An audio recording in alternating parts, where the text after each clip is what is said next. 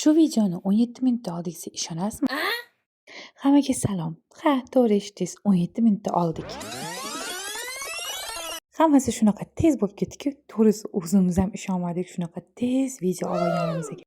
Bolalarning mashg'ulotlarigacha 20 daqiqamiz bor edi va biz bundan unumli foydalandik. Birinchi so'zlarni qaytarib olib, probni video oldik. Keyin esa birdaniga bolalar safimizga qo'shilishdi. Busiz iloji yo'q edi, chunki ularni zo'rg'a ushlab turishgan. Ular bilan olamiz deb ularga videodagi so'zlarni o'rgatishni boshladik. Bir daqiqadan keyin esa kachalaga chalg'ib ketishdi. Va nihoyat o'zimiz video olamiz deganimizda esa yana oramizga birin-ketin qo'shilishni boshlashdi va biz o'rgatishni yana davom etdik. Shu payt Muhammad Muhsin qo'liga telefonni olib so'zlarni yozib oldi.